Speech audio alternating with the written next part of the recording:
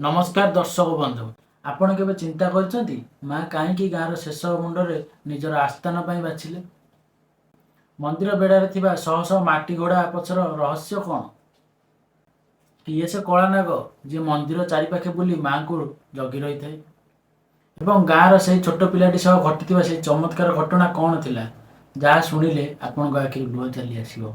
तेबे चलतु video dairy नक आरंभ करवा।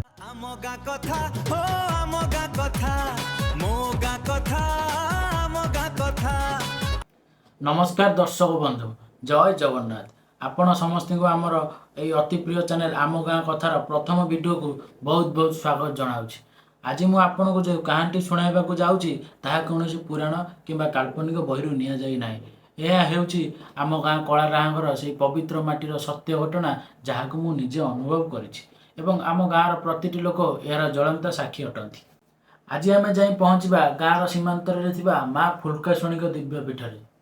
आपण केबे चिंता करछंती मां काहेकि गाँर शेष मुंडरे निजर आस्थान ପାଇଁ ବାଛିଲେ मंदिर बेड़ारे थिबा शह शह माटी घोड़ा पछर रहस्य कौन किए से कला नाग जे मंदिर चारिपाखे बुली मां को जगी रही थाए एवं गाँर से छोट पिलाटी सह घटिथिबा से चमत्कार घटना कौन थिला जहाँ शुणिले आपण आखिर लुह चली आसीबो। आज आम मोबाइल दुनिया रे बुड़ी रही जो संस्कृति हराउचे तार एक जीवंत सत्य आज मुझे आपण मान सामना को आनी।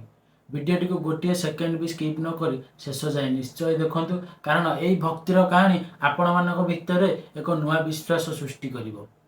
बंधुगण सर्वप्रथम जानिबा आवश्यक जे आम गाँ कलाराहांग शेष भागरे यही पवित्र मंदिर केमिति प्रतिष्ठा हैला।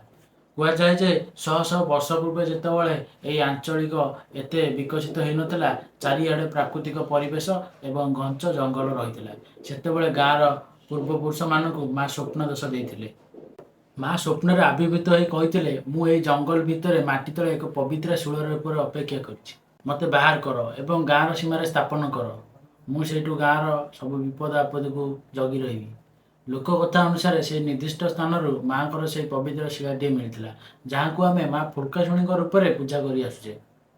गाँर सीमा बा शेष मुंडरे मंदिर प्रतिष्ठा होबार मुख्य कारण थिला जे गाँ को बाहर आसुवा कौन अशांति नकारात्मक प्रभाव किंवा महामारी जमी गाँ भितर प्रवेश न कर पारती। माँ निजे सीमांतर रही गाँ को एक रक्षा बलय प्रदान करेंगे। आम मंदिर पाखे एक बहुत पुराना एवं विशाल निंब गछटी अच्छी। कहुए जे ये गछटी हूँ माँ को सबुठ प्रिय आश्रय स्थल। यही गछ मूले एवं मंदिर बेड़ारे प्राय समय एक विशाल कलानाग देखा जाउथला। से कहार किसी क्षति करेनि केवल शांत भाव में मंदिर चारिपाखे बुले। मु जेतेबेले छोट थी सेतेबेले मु मो निज आखिरे से दिव्य कलानागटा को देखी हेले आजिकल कहीं से साप आउ देखा जाउनी। आम गाँर अनेक पुराना लोक आज भी से सर्पराज बेले बेले दर्शन दियंती। लोकंर विश्वास अच्छी से नागदेवता स्वयं माँ को सेवक जी मंदिर पवित्रता को रक्षा करे। आजिकल समस्त को यह दर्शन मिले ना केवल भाग्यशाली भक्त को ही ये दर्शन देखते। खाली सेतिकी नुहे केतक खास पर्वपर्वाणी राति विशेषकर मध्यरात्रि मंदिर पाख बाट दे जाउथुवा लोक मैंने नुपुरर शब्द एवं कहार चलिबार शब्द स्पष्ट शुणुचंती। पछकु चाहला बेलू कहीं नथिबे किंतु वायुमंडल रे एक अद्भुत कलादीपर बास्ना भरी जाए। लोकंर दृढ़ विश्वास जे माँ आज भी निज पादर नुपुर विधि गाँ सारा बुली निज संतान मानक जगी रुहंती। दर्शक बंधु आम माँ फुल्काशुणी पीठरे एक बड़ परंपरा अच्छी जार भी किसी मानसिक थाए से माँ को पाखे गुहारी करे एवं से कामना पूरण होगा पर माँ को एक माटीर घोड़ा अर्पण करे। यह माटी घोड़ा पछरे एक अति संवेदनशील सत्य घटनाटी अच्छी। बहु वर्ष पूर्वे गाँव एक छोट पिलाटी मंदिर बेड़ारे खेलुवा बेले असावधानता बसत ता गोड़ बाजी माँ को करा जाइतिबा अर्पण माटी घोड़ाटी भांगीगला। पिलाटी खूब छोट थिला से भयभीत होईगला एवं घरे माड़ खाइबा भୟରେ से काहाकु भी किछि कहलेनी। किंतु आश्चर्यर कथा तार किछि दिन पर से छोट पिलाटीर से गोड़े प्रबल जंत्रणा हैला एवं से चली पारिलानी। सेतबेले आजिकली बड़ बड़ हॉस्पिटल नथिला। घर लोक बहुत व्यस्त हो पड़े। शेष में तास खेलुवा अन्य सांग माने एवं गाँर वयस्क माने से घोड़ा भांगा कथा कहले। सेतबेले तार परिवार लोक निजर भूल बुझीपारी तुरंत मंदिर को गले माँ को पाखे क्षमा मागिले एवं मानसिक करी माँ को एक नुआ माटी घोड़ा प्रदान कले। ଆପଣ ବିଶ୍ୱାସ କରିବେନି ବନ୍ଧୁଗଣ, ସେଇ ନୂଆ ଘୋଡ଼ା ଅର୍ପଣ କରିବାର କିଛି ଦିନ ଭିତରେ ପିଲାଟିର ଗୋଡ଼ ପୁରା ଠିକ୍ ହେଇଗଲା। ଏହା କୌଣସି ମନଗଢ଼ା ଗଳ୍ପ ନୁହେଁ, ଏହା ହେଉଛି ମାଙ୍କର ପ୍ରତ୍ୟେକ ଆଲୋକର ଶକ୍ତିର ପ୍ରମାଣ, ଯାହା ଆମ ଗାଁ ମାଟିର ଆଜି ବି ଜୀବନ୍ତ ରହିଛି। ଦର୍ଶକ ବନ୍ଧୁ, ମୋର ଆଉ ଏକ ଘଟଣାଟି ମନେ ପଡ଼ିଯାଉଛି। ଯେତେବେଳେ ମୁଁ ଖୁବ୍ ଛୋଟ ଥିଲି, ସେ ବର୍ଷ ପ୍ରବଳ ଲଘୁଚାପ ଯୋଗୁଁ ଅବିରତ ବର୍ଷା ବି ହେଇଥିଲା। ଚାରିଆଡ଼େ ଖାଲି ପାଣି ପୁରି ଯାଇଥିଲା। ଆମ ଗାଁ ପାଖ ଦେଇ ଯାଇଥିବା ବୁଡ଼ୁ ନଈ, ଯାହା କୁଆଖାଇ ନଦୀର ଏକ ଶାଖା ଅଟେ, ସେ କରାଳ ରୂପ ଧାରଣ କରିଥିଲା। ବନ୍ୟା ପାଣି ମାଡ଼ି ଆସି ଯାହା ଆମ ମନ୍ଦିର ବେଢ଼ାରେ ଛୁଇଁ ସାରିଥିଲା। ଆଉ ଟିକିଏ ପାଣି ହେଇଥିଲେ ଆମ ଗାଁଟା ଯାକ ସାରା ବୁଡ଼ି ଯାଇଥାନ୍ତା, ଲୋକଙ୍କ ଘର ଦ୍ୱାର ବି ଭାସି ଯାଇଥାନ୍ତା। କିନ୍ତୁ ସେଦିନ ମାଙ୍କର ଏକ ଅଦ୍ଭୁତ ଚମତ୍କାର ଦେଖିବାକୁ ମିଳିଥିଲା। ପାଣି ମନ୍ଦିର ଦ୍ୱାର ପର୍ଯ୍ୟନ୍ତ ଆସି ସେଇଠୁ ଅଟକିଗଲା। ମାଟିର ସେହି ସୀମାରେଖା ଡେଇଁ ପାରିଲା ନାହିଁ। ପାଣି ଆମ ଗାଁ ଭିତରେ ବି ପଶି ପାରିଲା ନାହିଁ। ଗାଁ ଲୋକେ ଆଖି ଲୁହ ଗଡ଼ାଇ କେବଳ ମାଆଙ୍କୁ ପ୍ରାର୍ଥନା କରୁଥିଲେ।